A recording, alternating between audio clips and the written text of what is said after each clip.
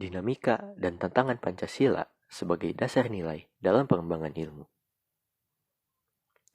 Pancasila sebagai pengembangan ilmu belum dibicarakan secara eksplisit oleh para penyelenggara negara sejak era Orde Lama sampai era Reformasi. Para penyelenggara negara pada umumnya hanya menyinggung masalah pentingnya keterkaitan antara pengembangan ilmu dan dimensi kemanusiaan.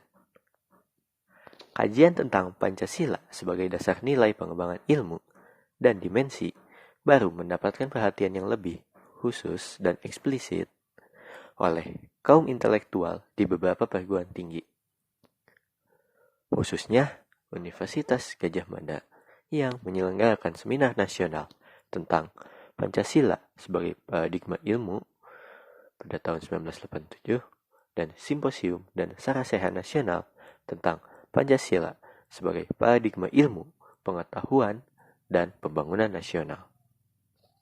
Namun, pada kurun waktu akhir-akhir ini, belum ada lagi suatu upaya untuk mengaktualisasikan nilai-nilai Pancasila dalam kaitan dengan pengembangan iptek di Indonesia. Ada beberapa bentuk tantangan terhadap Pancasila sebagai dasar pengembangan iptek di Indonesia. Seperti yang pertama, kapitalisme.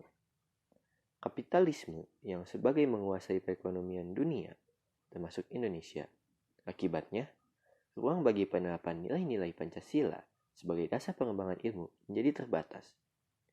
Upaya bagi pengembangan sistem ekonomi Pancasila yang pernah dirintis oleh Profesor Mubyarto pada 1980-an belum menemukan wujud nyata yang dapat diandalkan untuk dan menyaingi sistem ekonomi yang berorientasi pada pemilik modal besar.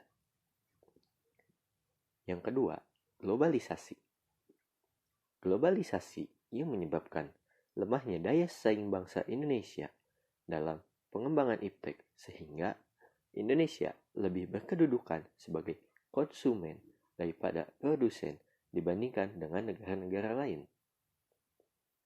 Yang ketiga, konsumerisme menyebabkan negara Indonesia menjadi pasar bagi produk teknologi negara lain yang lebih maju ipteknya.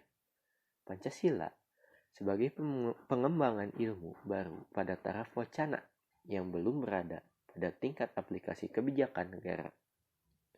Dan yang terakhir, ada pragmatisme yang berorientasi pada 3 ciri, yaitu workability atau keberhasilan, satisfaction atau kepuasan, dan result atau hasil, mewarnai perilaku kehidupan sebagian besar masyarakat Indonesia.